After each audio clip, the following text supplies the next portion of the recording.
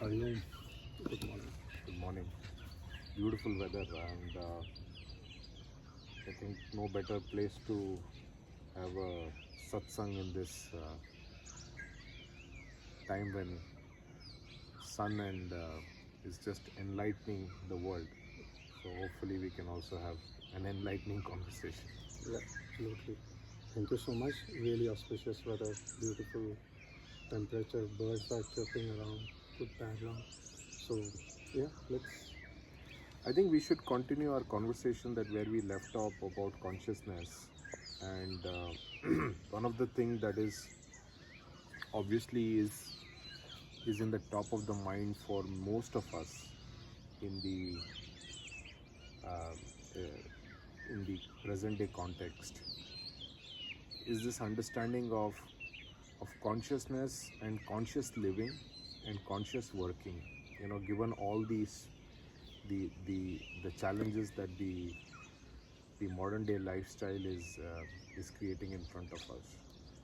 So I think we wanted, we spoke about it offline, and I think it's great to have this conversation, especially, and hear your thoughts, and whatever I can also share on that subject about how conscious living is important.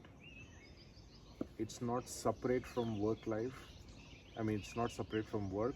It's part and integral of the whole journey that we are all into. So love to hear your thoughts, and Absolutely. So, conscious living can certainly transform person's life. He can stay in bliss at his will, regardless of what the situation is. So, first, I would rather start what consciousness from my perspective is. So, before this Brahmanda, what we call or universe, or some are saying multiverse, before everything there was consciousness, pure consciousness. Then consciousness created energies. From that energies, then there matter, energy, matter conversion kept on happening, and wherever there is there are these four basic elements like carbon, oxygen, hydrogen, and nitrogen, life forms started taking place. So eventually, what we are pure consciousness when we start getting rid of our egos, ignorance, the labels that we get. So that is what consciousness from my perspective is, or what our sages or scriptures have been saying what consciousness is. It's all pervading, it's eternal, it's pure bliss. And that is what your true nature is as well. Once you realize that, you are happy. Yeah, your thoughts. absolutely. Yeah, I echo what you said, Nagesh ji. There is this, the separation of uh, anything other than consciousness is difficult or is impossible. We have Absolutely. we have kind of, even consciousness is becoming more like a weekend routine, which I personally do not subscribe to. I think consciousness is for me, it is ability to be more sensitive to each and every microcosms and the subtleness of what we see along. In Sanskrit, the beautiful word is called chintan and manan, right? Yes. And that is the, should I say, the stepping stone for a conscious understanding or a conscious living along the way. That everything we do, we understand what is the first principles. And back to what you just said, that as some of the uh, the wisdom has come out, is that consciousness was the seed for creation, right? Along the way. So going back to that first principle itself, where the essential unity, understanding that unity in diversity is critical for us to absorb. The other thing, in my opinion, is in consciousness is that, I think yesterday we were having this discussion. The neuro research has always tried to identify whether it is which part of the brain is conscious. Consciousness kinds of does that. When it is all pervading, how can you fix one specific part? Because consciousness is not just neuroskeletal along the way. No. Consciousness has to be on the tip of the nail as well, and so it is all pervading, and that all pervasiveness, and when we are attached to that all pervading matter or all pervading Brahman, what we kind of call it in our language, things automatically will happen. Absolutely, as you rightly said, we should be very conscious about all the living and non-living things around us. And Nagendraji, again I'm echoing, each and every cell in our body is conscious. Why? Because it knows how to fight, it knows how to sustain, it creates its own energy, it needs energy, it consumes whatever food in whatever amount it wants to consume. So it has its own life cycle like we have. So that is also consciousness. And again, as you said, consciousness is not limited here, and not even in the seven what we call chakras or energy centers, but there are again minute subtle energy centers across your whole body. So again, feeling conscious is a different thing. Being conscious and aware is again a different thing, and knowing what that consciousness is also a different thing. So to know that consciousness, we need to be conscious every moment. So how you become conscious every moment? There are some techniques. You look inside. Now how you look inside, with your eyes open or closed, doesn't matter. It's experiencing all your senses, looking at your thoughts, focusing on your breath work. So you can become conscious and aware at every moment. The second thing is, try to be here and now in terms of space and time. Don't go back. I mean, if we get into physics, there is nothing such as past, there is nothing such as future, everything is now. So no regrets of the past, no worries of the future. Staying here and now, just focus, and rest of the things will automatically, consciously take care of themselves. Yeah. Very well said. I think the you know we the subtle and the gross, right?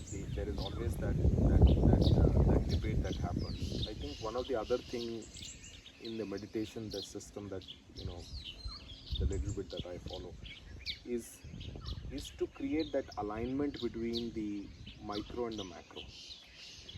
And the reason I say that, Nagesh ji, is because back to what you just said, is self-awareness is so critical. I think 95% of our mental health issues is because we are not aware and we are not present at that moment. Absolutely. Right? And that awareness is not just about, obviously it is doing what you do in good rigor and these things, but putting yourself into those situations, pouring your energy into those situations at this moment of time, from a micro perspective, not just at a macro level, that is you're doing but your mind is there. I think that disconnect is what is creating all the problems of our development. In fact, I would use two words, which is one of the very beautiful prayer in our system, as you know, is devoted to the elephant god, the Ganesha, and there is a saying within that there is a beautiful prayer called Ganapati Atharva Shirshya Upanishad, which is one of the, it is also called Upanishad because it is again a conversation there, and there the word uses is Ritam and Satyam. That means the microcosm and the macrocosm. And the word and the stanza in Sanskrit says Ritam, which means Satyam, which is basically let whatever I do, let it be aligned with the micro and the macro both. Absolutely. Yeah. And this is where, when the alignment is not there, I think most of our physical, metaphysical, all the issues kinds of comes along. Absolutely. So having said that, I want to kind of move to another interesting topic that we had this, we briefly touched upon in our few days that we spent here. Is uh, is this whole idea of you know consciousness and machine learning, as you know, which is my favorite topic as well. I want to hear your thoughts, because there is, I feel, especially after the generative AI and chat GPT and all that stuff, the hype that has going on, which is not a hype, it is I call this a evolution in machine learning and natural language processing. Suddenly people are scared there is a doomsday scenario that machines will take over. I wanted to hear your thoughts about it. I have a perspective as well, but would love to hear what do you think, and where does consciousness interact with machines? And yeah, over to you. Interesting question, Nagendraji. And as you, I have been very passionate about programming development. I was the amongst the first 100 users of ChatGPT. I use it a lot, even in my whatever I want to do. My first suggestion is don't be scared and worried. There's not going to be doomsday scenario with AI. Don't think that your jobs will go away or something like that. All this is coming because the universe wants people to 2x, 3x, because people are trapped in mundane work with chat, with this generative AI, all these AI tools. You can 2x, 3x the productivity, Yeah.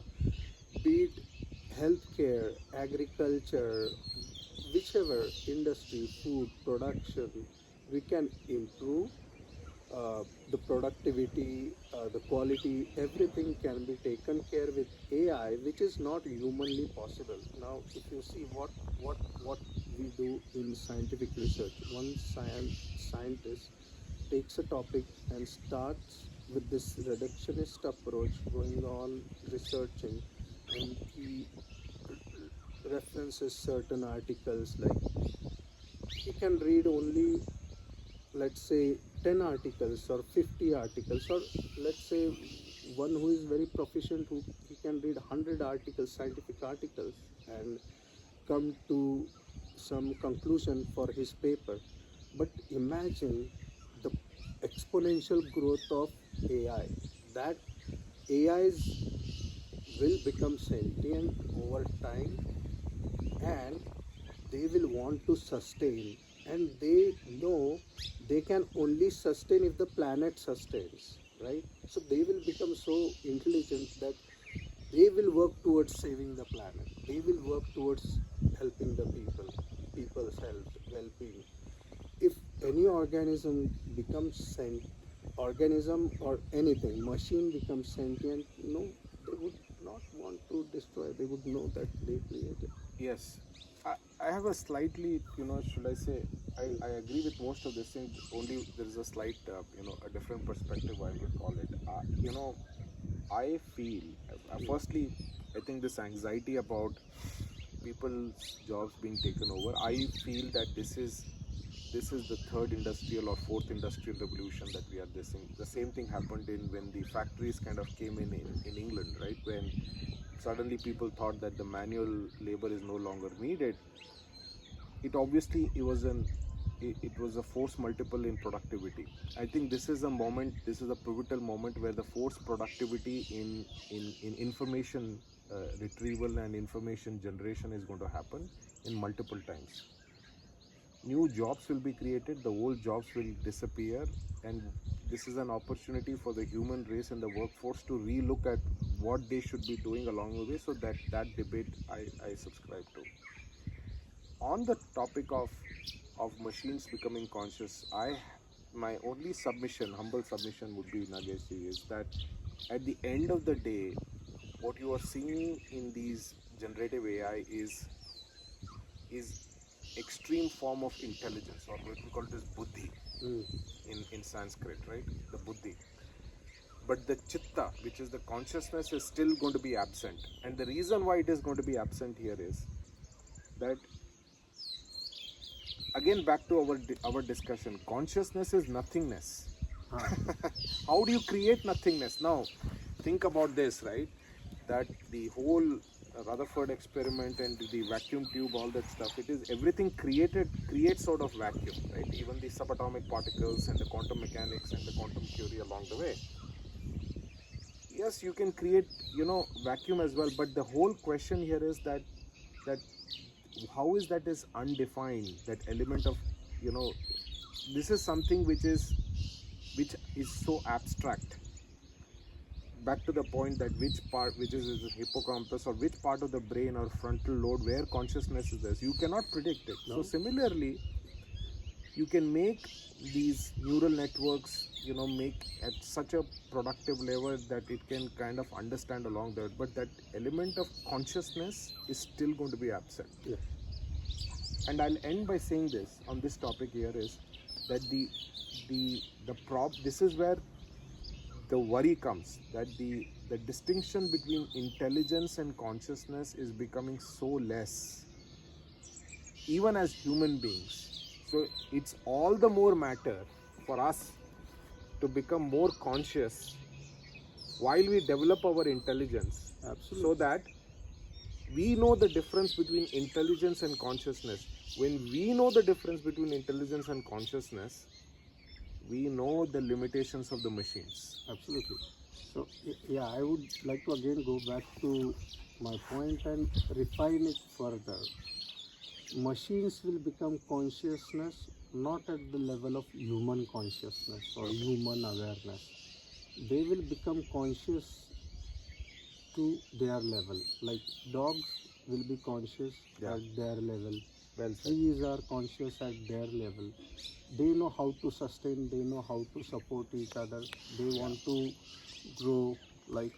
Likewise, those machines will also want to support each other, grow. That is what. Very well said. Very Yeah. well said. I love what you said, because I think, again, in our Indic philosophy, the whole idea here is that right from the grass out here, the smallest, to the mountains here, to us, there is a prevalent element for its own sustainability. Right? Yes. It's for self-preservation along the way. Humans are an excellence in consciousness. When I say that, they are multidimensional. Do we reach that? Is where it is, I think. But also there is one more point, right? That there is the divine spark, the Chaitanya Shakti, which we call it, right? And I am reminded of one very interesting sage which says that we are called Amritasya Putra. That is, we are the children of immortality. Which doesn't mean that we don't die. Obviously, we all perish along there. But the idea of immortality is related to, again, consciousness. So it's I think there is that self-preservation layer, which you are hinting, which I agree that the machines will take, but they will always be less than the conscious beings. Yes. Absolutely. Yeah, that element along the way, right? So there is that subtleness. Yeah, they may even feel emotions, but those emotions would be part of the intelligence neural networks that would be kind of built along. Their right? level. Absolutely. And there is a self-learning. Again, self-learning is dichotomous in machine learning, because you are repeating by the actions along the way. So yeah, it's an interesting time. We are at a time where nothing can be predicted, but I think we can do what's under our control and see how things are. Very, very rightly said. Again, we are in. If you look back, even not 100 or 200, look back 10,000 years. Look at the freedom we have. Look at the resources we have. To do enormous things. But again, I would like to come back to one point: is people are focusing on getting knowledge and information. See, knowledge is bondage. Irrelevant knowledge is bondage. Focus on consciousness. Raise your level of consciousness. Only consciousness and awareness are the two things in which you can take a quantum leap in 1 minute if you decide. But knowledge and information you can read with whatever incremental speed you can increase over a day or over an hour or months or years. But consciousness you can 10x, 100x, 1000x in a day, 2 days, 10 days, if at your will. So that is what I would like people to get into conscious living, being aware of all that is around you, be it people, plants, animals. And before buying, don't go after hyper consumption, buying this thing, buying that thing. You don't need to please anyone. Or the the most famous Upanishadic this verse is like Om Purnamada Purnamidam Purnartha Purnamudachyate Purnasya Purnamadaya Purnameva Vashishyate. What you see is complete, what you don't see is also complete. You are taken that like that drop from that ocean. Still it is complete. Still it is complete, and eventually any water here in your body or anywhere, it is eventually going to rest in the sea in the form of rain, stream, anything. Very well said. I think added to what you just said is a very similar saying also, right? Which is Yat Pinde Tat Brahmand, Yes, right? yes, That yes. is that the smallest atomic level is the same as the biggest along the way. So we are a manifestation of the entire universe, Absolutely. and that again kind of moves to that idea that consciousness is also about the unity, right? Seeing yourself in everything, oneness, and this idea of duality, seizing the idea of duality into oneness, right?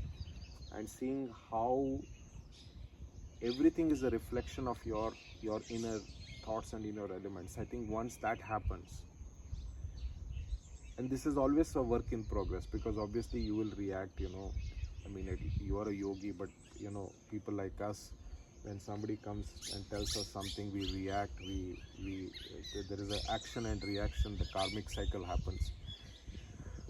But I think the work in progress is to make sure that the same consciousness which is residing in me is in this person along the way. I think that element of understanding Yeah. is critical to our sustenance, right? Absolutely. Very rightly said, Nagendra ji. If we go to that Advaita, non-duality, which quantum physicists Heisenberg, Max Planck, Niels Schrodinger, Bohr, Niels Bohr. Schrodinger, they were super brilliant.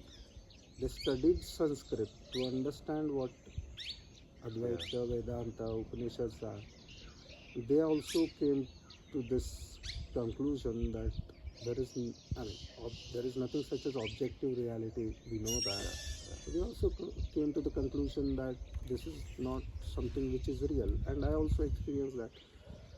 You anything that is tied to what this illusion is, time, is not real, because are you getting what? Yes.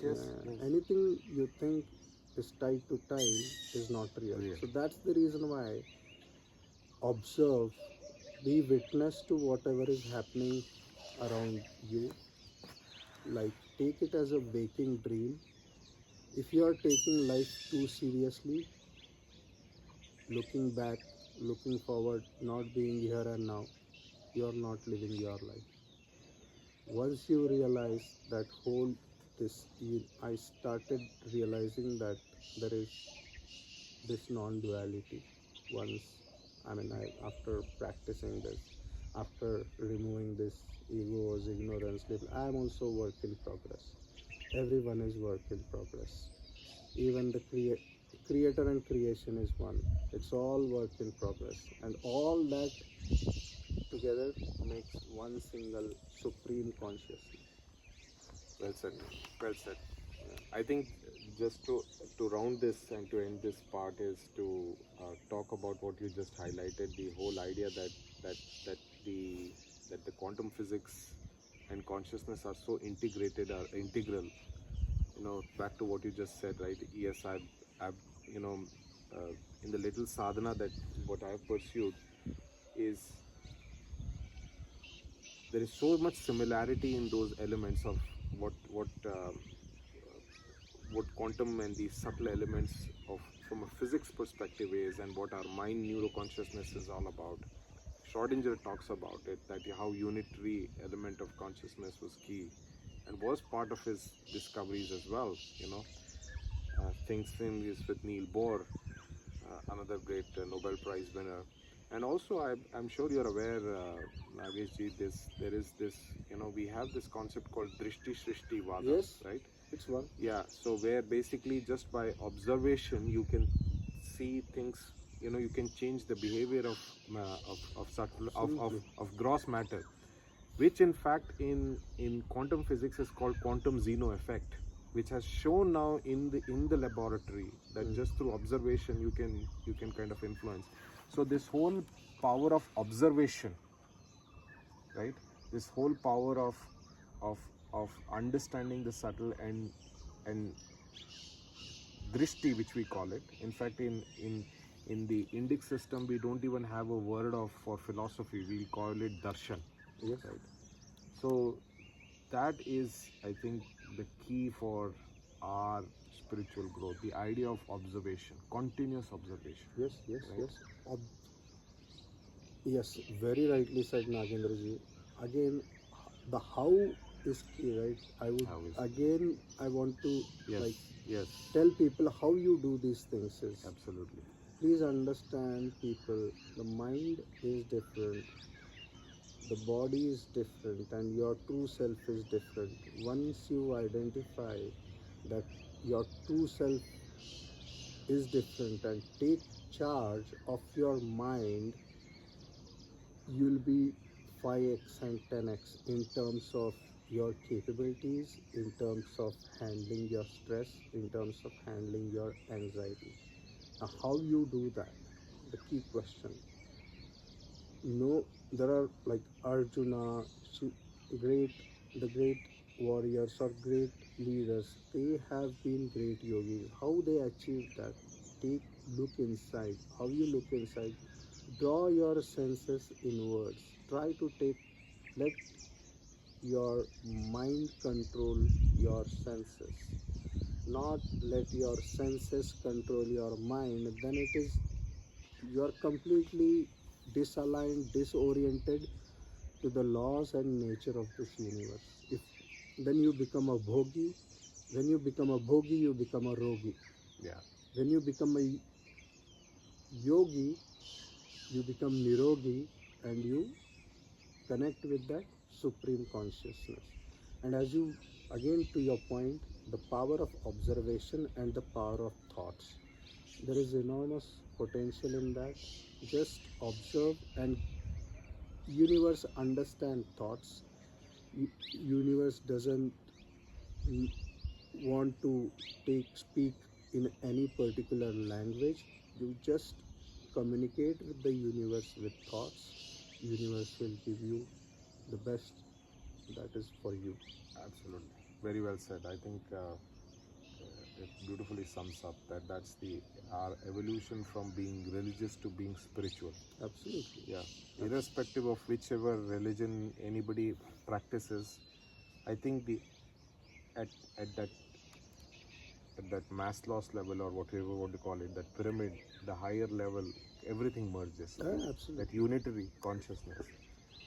So thank you so much, Thank you so much, Anand. Nagesh Very ji. nice. It was wonderful having this discussion, and hope to have more. And firstly, I should say this, that personally, for the little time that I stayed with you, I benefited enormously with the practical you know elements of Raj Yoga, the breath work that you kind of helped me to do as well. So thank you so much. Thank you More so much. interactions and more of your guidance and blessings. Thank you. Thank you so much. Thank you so much again for coming. all the way from the US for just few days. I hope you got whatever you are looking for, and we'll be continuing our conversations online with on several topics. You can ask me and ask us anything. We'll try to help people overcome their anxiety, stress, and 2x, 3x, 5x their potential. Yeah. If someone is looking for a purpose, we'll help them find a purpose, right purpose, refine the purpose, and how to work on that purpose with a focus. And let's heal this people and this planet, okay? Because we, as we all know, we are the last generation to save this planet. I Let's agree. work that. I agree. It is a movement. Thank Thank you. you.